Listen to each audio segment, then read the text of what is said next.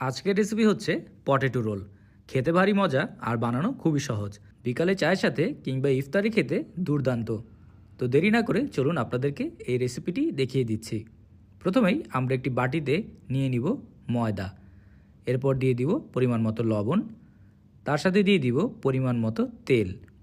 তেল দেওয়া হয়ে গেলে আমরা এর সাথে দিয়ে দিব পরিমাণ মতো পানি। প্রয়োজন মতো পানি দিয়ে আমরা একে ভালোভাবে মেখে নিব। আপনারা কে কোথা থেকে আমার এই ভিডিওটি দেখছেন অবশ্যই কমেন্ট করে জানাবেন। আমি আপনাদের সবার কমেন্টের উত্তর দিব, কারণ আপনাদের কমেন্ট পড়তে আমার অনেক ভালো লাগে। তো দেখতেই পাচ্ছেন আমার ডো তৈরি হয়ে গেছে। এখন আমি একে একটু ঢেকে রেস্টে রেখে দিব। আমরা একে রেস্টে রাখবো 5 মিনিটের মতো। এখন আমি একটি বাটিতে নিয়ে নেব সেদ্ধ করা আলু। আলুকে আমি ভর্তা করে নিয়েছি।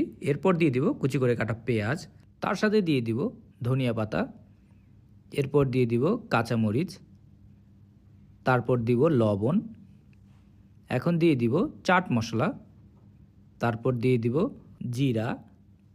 এরপর এই সবগুলোকে আমি একসাথে ভালোভাবে মেখে নিব। খেয়াল রাখবেন যাতে কোনো অংশ বাদ পড়ে না যায়। সবগুলো উপকরণ একসাথে ভালোভাবে মাখা হয়ে যায়। মিশ্রণটি তৈরি হয়ে গেলে আমরা একে এক পাশে রেখে দিয়ে আমরা নিয়ে আসবো আমাদের ডো। ডোটিকে 5 মিনিট রেস্ট করা হয়ে গেছে। ডোটিকে আমরা বাটি থেকে বের করে নিয়ে আসব। এরপর দুভাগে ভাগ করে নিব। আমরা দুভাগে ভাগ করে নিলাম আমাদের এই ডোটিকে। এরপর আমরা একে বেলে নিব। তো বেলার আগে সামান্য ময়দা এর গায়ে আমরা ছিটিয়ে নিলাম। এরপরে একটা বেলুনির সাহায্যে আমরা একে আস্তে আস্তে করে বেলে নিব। আমরা একটি পাতলা রুটি তৈরি করব। খেয়াল রাখতে হবে রুটিটা যাতে অনেক বেশি মোটা না থাকে। পাতলা একটি রুটি আমরা তৈরি করব। আমাদের রুটি তৈরি হয়ে গেছে, দেখতেই পাচ্ছেন একটি পাতলা রুটি। এরপরে আমরা একটি ছুরির সাহায্যে এর চারিপাশ আমরা কেটে নিব। চারদিকে কাটা হয়ে গেলে আমরা এই রুটিকে মাঝখান দিয়েও কেটে নিব। আমরা এই রুটিকে 4 ভাগে ভাগ করে নিলাম। এরপর আমরা প্রত্যেকটা অংশে আলুর মিশ্রণটি দিয়ে দিব। দিয়ে আমরা এর চারপাশে একটু পানি লাগিয়ে নিব।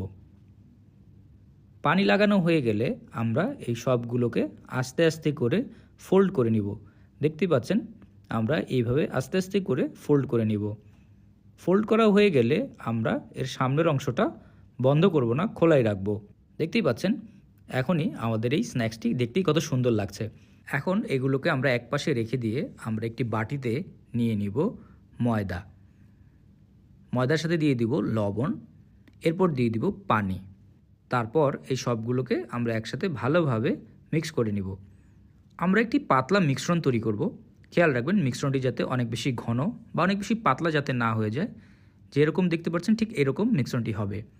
এরপরে আমাদের এই স্ন্যাক্সটিকে আমরা এখানে ভিজিয়ে নিয়ে আসব। ভালোভাবে ভিজিয়ে নেওয়ার পর আমরা একে মিডিয়াম গরম তেলের ভিতর ছেড়ে দিব। খেয়াল রাখতে হবে তেলটি যাতে মিডিয়াম গরম থাকে। অতিরিক্ত গরম তেল হলে সাথে সাথে পুড়ে যেতে পারে। আমরা এক পাশ কিছুক্ষণ ভেজে নিব। হয়ে গেলে আমরা একটি চামচের সাহায্যে সবগুলোকে উল্টে দিব। উল্টে আমরা ততক্ষণ পর্যন্তই ভাজবো যতক্ষণ পর্যন্ত এর গায়ের রং গোল্ডেন ব্রাউন কালার না হয়ে যায়। যখন এদের গায়ের রং গোল্ডেন ব্রাউন কালার হয়ে যাবে বুঝতে হবে আমাদের ভাজা হয়ে গেছে। তো দেখতেই পাচ্ছেন আমার এই স্ন্যাক্সগুলোর রং চলে এসেছে। এখন এগুলোকে আমরা তুলে ফেলবো। তোলার আগে অবশ্যই তেলগুলোকে সামান্য ঝেড়ে নিতে হবে। তো দেখতেই পাচ্ছেন খুব সহজেই আমরা ঘরে কিভাবে পটেটো রোল তৈরি করে ফেললাম। এরকম মজার মজার রেসিপি পাওয়ার জন্য টোস্টেড বাংলা পেজকে অবশ্যই ফলো করবেন। ভিডিওটি ভালো লাগলে একটি লাইক অ্যান্ড শেয়ার করতে ভুলবেন না। সবাই ভালো থাকবেন, সুস্থ থাকবেন আর মজাদার খাবার ঘরে তৈরি করে খাবেন।